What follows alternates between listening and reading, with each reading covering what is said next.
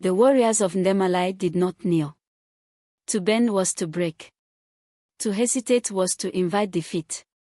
The world was carved by those who stood tall, swords raised, eyes fierce. And yet, in the great palace where kings were born and legends were forged, there was a princess who was feared not for her beauty or her grace, but for her defiance. Princess Adanna. She was unlike any woman the kingdom had ever known. While noble daughters learned to weave silk and bow their heads, she learned the art of war. While others whispered about love and marriage, she spoke of battle and conquest. Her hands, calloused from training, gripped spears tighter than they ever would a lover's hand. And so, the whispers began. No man dared to claim her. But kings did not rule alone.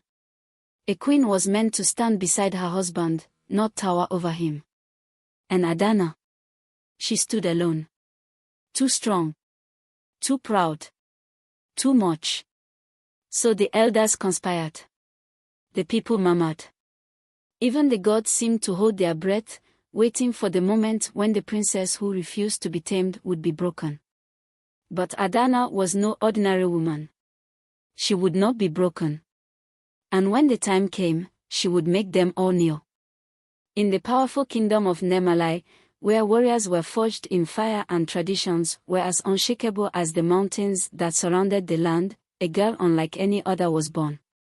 Princess Adanna, daughter of King Chibis, was no ordinary princess.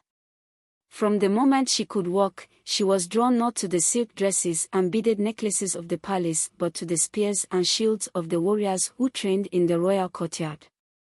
While other girls learned the graceful dances of the moon festivals, Adanna learned the battle stances of the kingdom's greatest fighters. She had the strength of 10 men, the precision of a seasoned warrior, and a heart that burned with the desire to lead, not follow. But in Ndemalai, no matter how strong a woman was, she could only rule if she was married. And that was where the problem began. No man dared to marry her. As Adanna grew, the whispers in the marketplace became louder. She is too strong, the women would say. She will break her husband before their wedding night. The young men of the kingdom laughed behind their wine gourds, boasting that they could tame the warrior princess, but whenever they were summoned to the palace, their laughter turned to fear. Adanna did not carry herself like the delicate flowers they were used to. She did not lower her gaze or wait for permission to speak. She stood tall, her broad shoulders squared, her piercing gaze daring any man to challenge her. And one by one, the suitors turned away. She is not wife material, they whispered. She is a warrior, not a queen. The elders grew uneasy. Tradition dictated that the firstborn must take the throne, and if Adanna remained unmarried, the kingdom would fall into chaos. In secret, they whispered among themselves, seeking a solution. One elder, Chief Okonkwo, had an idea, one that would change everything. If we cannot find her a husband, he suggested, perhaps we should find another heir. His words sent ripples through the council chamber. Another heir. It was unheard of. But the people were losing faith, and faith was the foundation of power. That night, whispers of doubt spread through the kingdom. Was Adanna truly meant to be queen? Among those who heard these whispers was Ifunanya, Adanna's younger sister. Unlike Adanna, Ifunanya was the very image of what a princess should be, graceful, soft-spoken, beautiful beyond words. Ifunanya had once been Adanna's closest friend, the sister who followed her everywhere, who played in the palace gardens with her, who held her hand under the starry sky and whispered, "We will always have each other." But as they grew older, the world began to favor Ifunanya. She was the one men wrote songs about, the one who received love letters from noble sons, the one the elders wished had been born first. At first, Ifunanya was content to live in Adanna's shadow, but as the years passed and the murmurs of doubt grew, a seed of ambition took root in her heart. Please don't forget to subscribe to Ubuntu Folktales for more exciting videos. Hit the subscriber button below, share and drop a comment in the comment section. Thank you so much. One evening, Iphigenia stood before the mirror in her chambers, running her fingers over the delicate gold jewelry that adorned her neck. They will never accept her, she whispered to herself. Not like they accept me. And then, a thought, a dangerous, intoxicating thought. What if she, not Adanna, took the throne? What if she were the queen Demalai truly wanted? Meanwhile, in the great halls of the palace, King Chibiz wrestled with a decision that tore at his soul. He loved Adanna, but love could not rule a kingdom. The elders were right. If she did not marry, the people would turn against her. And so, with a heavy heart, the king made his decree. Messengers were sent to every village, every kingdom far and wide, seeking a man willing to marry the warrior princess. And they came. Princes from neighboring lands, warriors eager for a challenge, noble sons looking for power, all drawn by the promise of ruling Demalai by Adanna's side. But when they saw her, truly saw her, their courage wavered. One by one, they turned away. She is too strong, one prince muttered. She does not walk like a queen, another sneered. She walks like a warrior. And so, Adanna was left alone. The rejection was a wound deeper than any blade. Why could they not see her for who she truly was? Why did they not see the kindness in her heart, the wisdom in her mind, the loyalty in her soul? She had spent her life proving her worth to the kingdom, yet all they saw was what she lacked. A husband. One evening, unable to bear the whispers any longer, Adanna fled into the sacred forest, the one place where no one could judge her. She wandered deep into the shadows, seeking solace among the towering trees. And there, beneath the golden glow of the setting sun, she met a stranger. A man, tall and lean, dressed in simple robes, gathering herbs from the forest floor. "Who are you?" she asked, hand resting on the hilt of her blade. The man looked up and smiled, not with fear, but with curiosity. "I am Chijiok," he said. "And you must be the princess." Adanna tensed, waiting for him to mock her, to tell her she was unworthy. But instead, he studied her with eyes that held no judgment, only admiration. "You are as strong as they say," he murmured. "But they never speak of your beauty." Adanna's heart stilled. No one had ever spoken to her like that before. No one had ever seen her like that before. And for the first time in years, she smiled. In the weeks that followed, Adanna found herself returning to the forest, drawn to Chijiok's quiet strength. They spoke of many things, of duty, of freedom, of the burdens that came with power. Slowly, something began to grow between them. Something neither of them dared to name. But secrets in a kingdom like Demalai never remain secrets for long. Iphigenia saw the change in her sister. She saw the way Adanna slipped away in the evenings, the glow in her eyes when she returned. And so, one night, she followed her. What Iphigenia saw in the forest that night made her blood turn cold, her sister, the future queen, in the arms of a mere healer. A nobody. A man without land, without power, without title. A wicked smile spread across Iphigenia's lips. "This will ruin her," she whispered. "This will ruin her forever." And with that thought, she set her plan into motion. The night in Demalai was thick with shadows, the sky draped in a cloak of darkness that swallowed even the moon. Iphigenia moved like a whisper, unseen, unheard, but deadly in intent. She had followed Adanna into the sacred forest, unseen among the tall trees, watching as her sister, the feared warrior princess, let her guard down in the arms of a man unworthy of her name. Chijiok.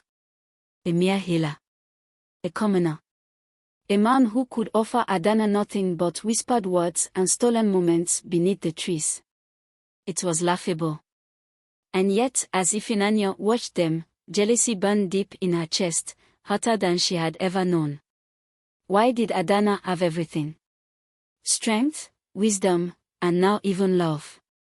The gods had been unfair, gifting her sister with everything while leaving her to rot in the shadow of a woman no one even wanted as a wife. But tonight, everything would change. Ifunanya did not return to the palace that night. Instead, she went to Chief Okonkwo's chambers, where the true power of Ndemalai lay. The old chief, with his sharp eyes and sharper mind, was the one who had first whispered that perhaps Ndemalai needed another heir. "I have seen something that will destroy Adanna forever," Ifunanya said, her voice honeyed with false innocence. "Something that will make the kingdom reject her as queen." The chief leaned forward, intrigued. "Speak, child." And so, Ifunanya wove her tale, lacing it with just enough truth to make it dangerous. "She has been meeting with a man in the forest," she said. "A nobody. A man with no name, no wealth, no title. And she loves him. If the people knew, if they saw her choosing a mere healer over a noble warrior, over a prince, they would turn against her." Chief Okonkwo listened, nodding slowly. "You are wise, Ifunanya. The people already doubt her. This will be the final strike. But how do we make them see?" A slow smile crept across Ifunanya's face. "We make them witness it themselves." The next evening, while Adanna met Chijioke in the sacred forest, Ifunanya led a group of elders and nobles to the very spot where the princess had surrendered her heart. The moment was perfect. The moonlight bathed them in silver. Chijioke's hands cradled Adanna's face with tenderness, and Adanna, fierce, untouchable Adanna, was soft, vulnerable, unguarded. It was a sight the people of Ndemalai had never seen. And it was their undoing. "Behold." Ifunanya's voice cut through the night like a blade. "Behold your future queen. The mighty warrior, brought to her knees by a man who is not worthy to stand beside her." Gasps filled the air as the elders stepped forward, torches illuminating the scene. Adanna's fate was sealed. Chijioke immediately stepped in front of Adanna, shielding her with his own body. "She has done nothing wrong," he cried. But his words were drowned by the murmurs of the council, by the looks of disgust, by the whispers of betrayal. A princess should wed a warrior, a prince. Not a common healer, one elder spat. "She has disgraced herself," another muttered. Adanna felt the world closing in. Her father's voice echoed in her mind, "If you do not marry, you will lose the throne." But now, who would marry her after this? The next morning, the council gathered. Adanna was summoned before them. King Chibi sat at the head of the great hall, his face lined with sorrow. "My daughter," he said, his voice heavy. "The people are in an uproar. They say you have broken tradition. That you have shamed the throne." Adanna lifted her chin, defiant even in the face of judgment. "I have done nothing but follow my heart," she declared. "Is that such a crime?" Chief Okonkwo's lips twisted into a sneer. "It is a crime when it weakens the kingdom. You are to be queen, yet you choose to love a man who is beneath you. How can we trust you to lead when you cannot even choose a husband fit for the throne?" Murmurs of agreement rippled through the court. They would never accept Chijioke. And if she refused to abandon him, they would never accept her. Then, Ifunanya stepped forward. "There is another way," she said smoothly. "Since Adanna refuses to choose a suitor worthy of Ndemalai, then let the people choose for her." The elders nodded in agreement. King Chibiz hesitated. "And if no suitor comes forward?" Ifunanya's eyes gleamed. "Then it proves that she is truly unwanted. And an unwanted princess cannot rule." A hush fell over the hall. It was a trap. If Adanna refused to participate, she would be seen as defying the people. And if no man came forward to claim her, her fate would be sealed. The decree was announced. A grand tournament would be held in 7 days. Warriors, princes, and nobles from across the land would come to fight for Adanna's hand in marriage. If a man won and accepted her, she would be crowned queen. But if none did, Ifunanya would take the throne. That night, in the silence of her chambers, Adanna stared at her reflection. The whispers outside her door were deafening. No man will fight for her. She is too strong, too proud. She will lose. And for the first time in her life, Adanna felt fear. Not for herself, but for Nemelai. Ifunanya was not fit to rule. She had seen her sister's ambition turn to poison. And yet, the kingdom had been blinded by tradition. They would rather have a weak queen than a strong one. They would rather throw her away than accept her as she was. A soft knock at the door broke her thoughts. It was Chijioke. "You do not have to do this," he said, taking her hands. "We can leave, Adanna. We can go far away. Start a new life. One where you are free." Adanna looked at him, at the kindness in his eyes, at the love that had almost destroyed her. Almost. But she could not run. She was not meant to be a woman who fled. She was meant to be a queen. She squeezed his hand, pressing her forehead to his. "I must fight for my throne," she whispered. "I must prove to them that I am worthy." Chijioke's hands tightened around hers. "Then I will fight for you, too." The tournament was set. The warriors gathered. The people watched. And as the drums of battle echoed across Nemelai, Adanna stepped onto the field, knowing that if she lost, she would lose everything. The sun rose over Nemelai, casting a golden glow over the great field where destiny would be decided. The people gathered in the thousands, their voices a thunderous wave of anticipation. The tournament of fate had arrived, and with it, the chance for warriors and nobles from across the lands to claim Princess Adanna's hand in marriage. If no man stepped forward, she would be cast aside forever, and Ifunanya would take the throne. The kingdom held its breath.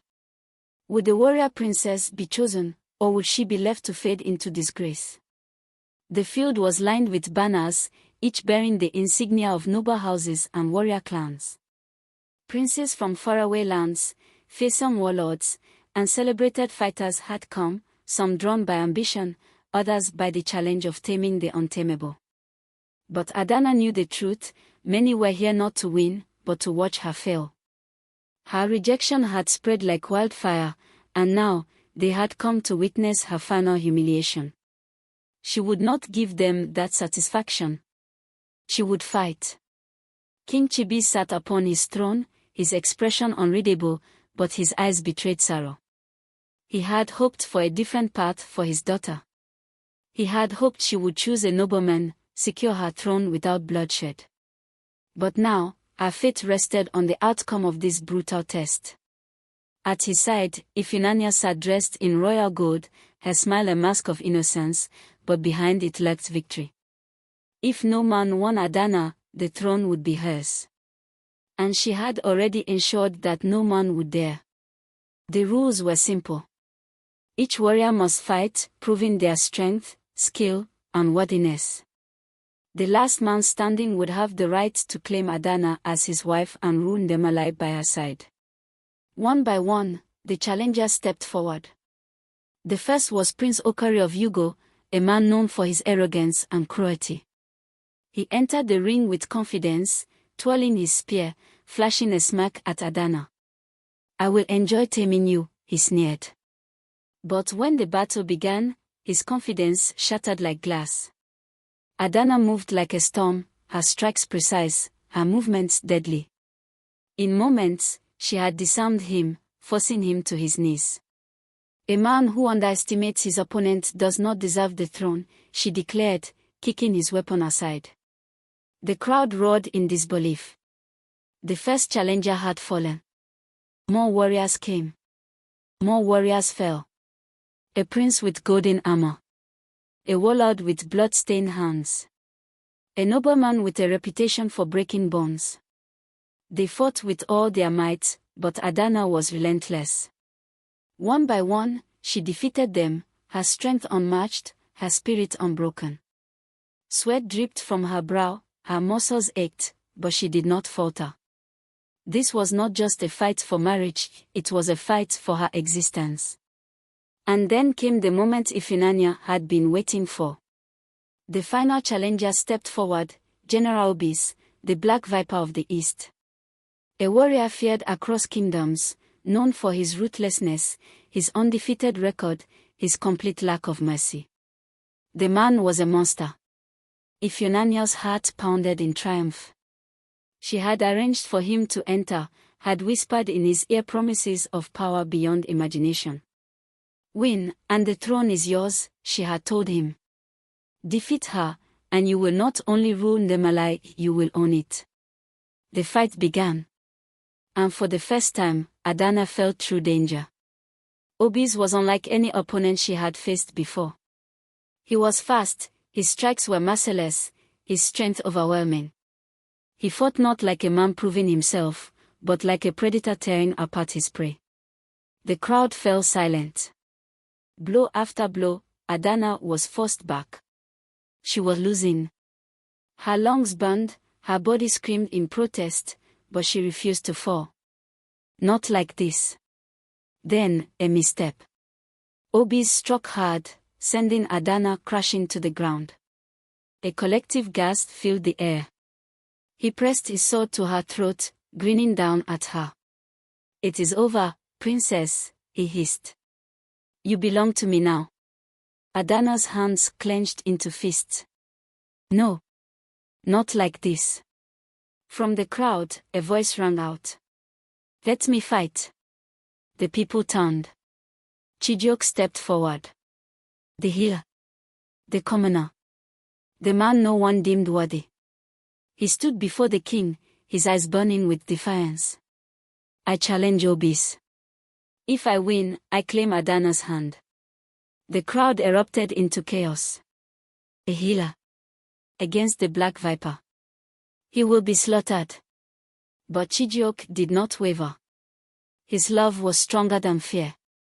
King Chibiz hesitated, then nodded. "So be it. Let him fight." Obis laughed. "You, a healer? You are no warrior. I will break you." But Chijioke met his gaze, unwavering. "You fight with brute strength," he said calmly. "But you know nothing of precision. You strike to kill, but I strike to endure." And then, the battle began. The fight was unlike any other that day. Chijioke did not fight like a warrior, but like a man who had studied the weaknesses of the body, who knew where to strike, where to evade. Obi swung wildly, his arrogance blinding him, and Chijioke used it against him. He dodged, countered, struck swift and sure. He did not overpower Obis, he outlasted him. The crowd gasped as Obis fell to his knees, unable to stand. Chijioke stood above him, breathing hard, but victorious. King Chibiz rose. "The fight is decided. Chijioke has won. By law, he claims Adanna's hand." Silence. Then, cheers. Ifunanya's face twisted in rage. This was not how it was supposed to end. She had rigged the game. She had planned Adanna's fall. But somehow, love had won. Adanna rose to her feet, her eyes locked on Chijioke's. He had fought for her, not for the throne, not for power, but for her. And for the first time, she saw not just a healer, but a warrior in his own right. She took his hand. "Together, we will rule." The people erupted into celebration. The warrior princess had found her king, not in a palace, not in a battlefield, but in the heart of a man who had always seen her for who she truly was. But Ifunanya's defeat would not be so simple. As the cheers rang through the air, her eyes darkened. If she could not have the throne through deception, then she would take it through blood. The victory celebrations in Ndemalai lasted for days. The people rejoiced, the markets overflowed with feasts, and the streets pulsed with the rhythm of the drums, but beneath the joy, a storm was brewing. Ifunanya had lost the tournament, but she had not lost her ambition. She had seen her carefully laid plans crumble, watched her sister stand victorious beside a man the kingdom had once deemed unworthy. But Ifeanyi knew the truth. The throne did not belong to Adanna. The people had been deceived by a show of strength and love. But love was weak. Love could be broken. And she would be the one to break it. While Adanna and Chijioke prepared for their wedding, Ifeanyi retreated into the shadows, gathering those who still whispered that Nemali deserved a different ruler. Chief Okonkwo, still bitter from his failed attempt to take the throne, was the first to pledge loyalty. The kingdom was never meant to be ruled by a healer, he spat. She has shamed our traditions. Others followed, disgruntled nobles, warriors who had lost in the tournament, men who saw Adanna's rise as an insult to their power. Ifeanyi did not need an army. She needed only one strike, one moment, to change everything. She chose the night before the wedding. The palace was alive with preparations. The final garments were being stitched, the ceremonial beads were being polished, the royal wine was being prepared for the grand feast. But while the kingdom celebrated, Ifeanyi prepared to spill blood. In the darkest part of the palace, she met with her most trusted assassins. Tomorrow, before the vows are spoken, we strike. Adanna will not leave that ceremony alive. The men nodded, their eyes gleaming with greed. And the healer, one asked. Ifeanyi smiled coldly. Let him live just long enough to feel his loss. Then kill him too. The morning of the wedding arrived with a golden sunrise, as if the gods themselves had blessed the union. Adanna stood in her chamber, dressed in the finest woven silk, the weight of her royal crown heavier than she had imagined. The whispers of doubt had faded. She had won. And yet, as she looked at her reflection, something unsettled her. A feeling in her chest, a whisper in the back of her mind. Something was wrong. Chijioke found her standing at the window, staring at the kingdom she would soon rule. He placed a gentle hand on her shoulder. You are ready, he whispered. Adanna turned to him, searching his face, as if seeing him for the first time. If I had lost, would you still have loved me? She asked. He smiled. I did not love you because you are queen. I love you because you are Adanna. And I would have followed you, no matter where you went. For the first time in her life, she did not feel alone. The ceremony took place in the great hall, where the kingdom had gathered to witness the union of the warrior queen and the healer who had won her heart. The elders stood in a circle, their hands raised in blessing, the high priest ready to join them. But the gods would not hear those prayers. Not today. As the vows began, Ifeanyi made her move. A deafening crash shattered the ceremony as warriors in black stormed the hall. Screams erupted. Swords clashed. The wedding became a battlefield.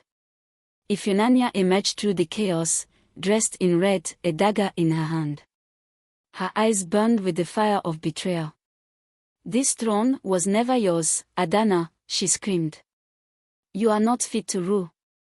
Adanna did not hesitate.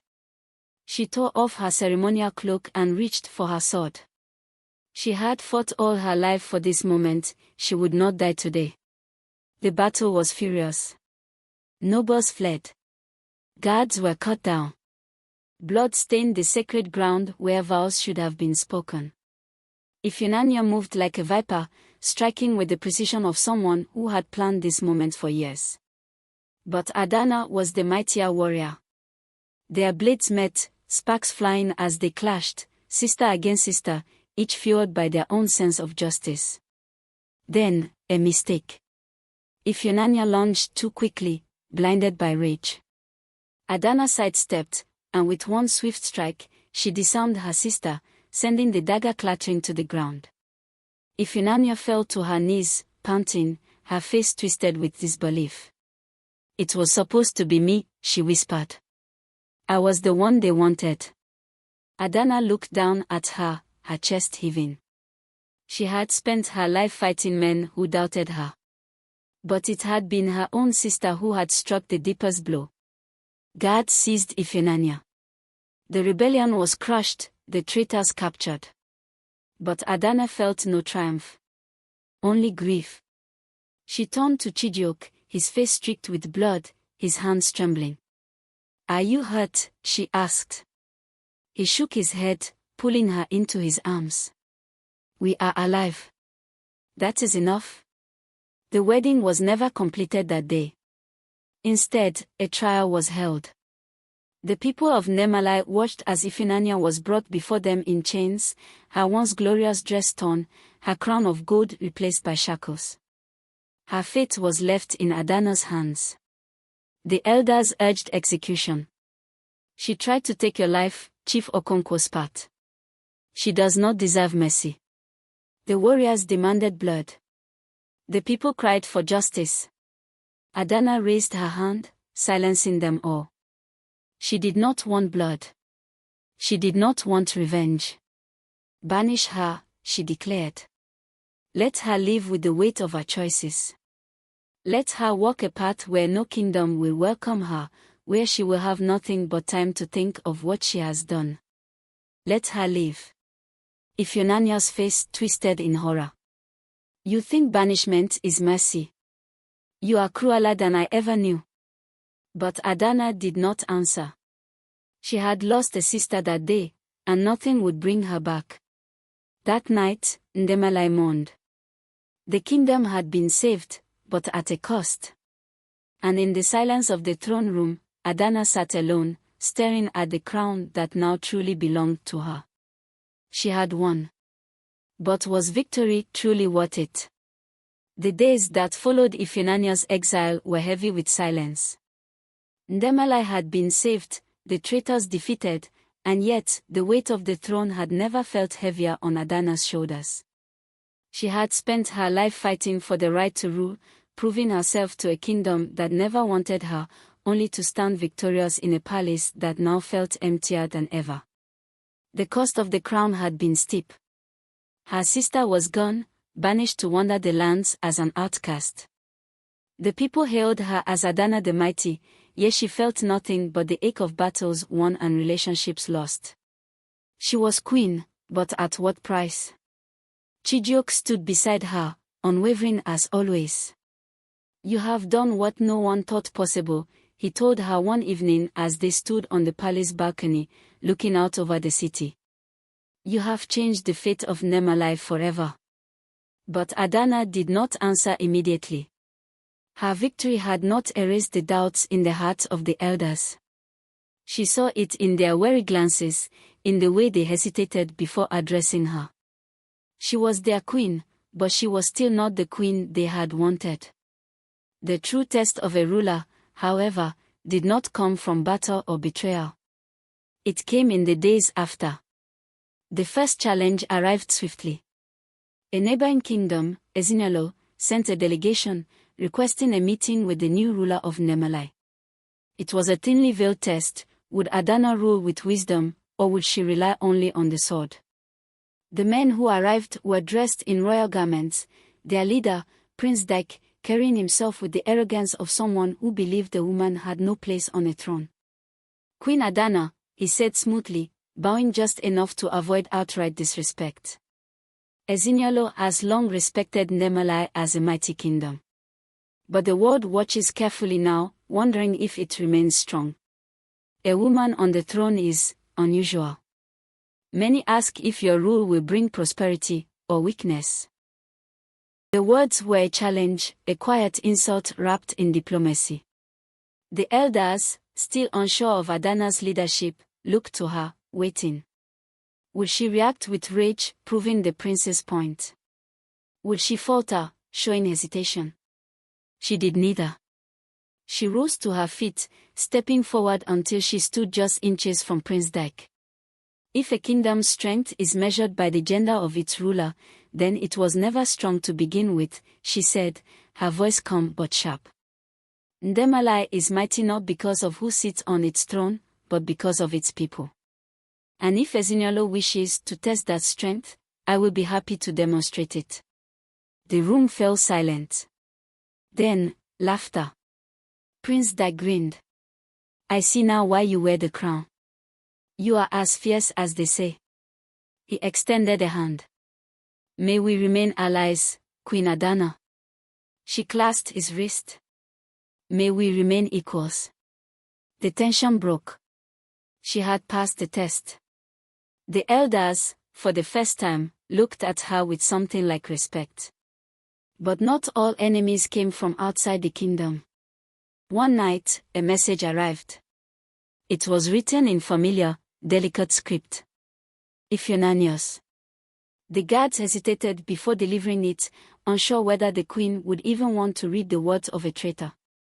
But Adanna took the letter, her heart a storm of emotions as she unfolded the parchment. You won. I hope it was worth it. The world remembers victors, but they also remember their cruelty. I may be gone, but do not think for a second that my story is over. One day, you will see me again. A chill ran down Adanna's spine. Ifunania was still out there. And she was still dangerous. But for now, Ndemalai had peace. And so, Adanna ruled. She rebuilt the kingdom's defenses, ensuring no enemy would ever challenge their strength again. She changed the laws that had nearly cost her the throne, making it so that no daughter of Ndemalai would ever be deemed unworthy simply because she stood alone. She ruled not with an iron fist, but with wisdom, and slowly, the people who had once doubted her began to trust. One evening, as the sky burned orange with the setting sun, Chijioke found her standing at the palace gates, staring into the horizon. You are queen, he reminded her softly. You have won. And yet, you still look as though you are waiting for a battle. Adanna turned to him, a small smile playing at her lips. Because the greatest battles are not fought with swords. They are fought in the hearts of those who would see me fall. He took her hand. Then let me fight them beside you. And for the first time since taking the throne, Adanna allowed herself to hope. The unwanted princess had become a queen. Not because she had changed, but because she had refused to. Thank you for watching. Did the story remind you of anyone? Please hit the subscribe button, share this story with someone, like the video and tell me about your thoughts in the comment section.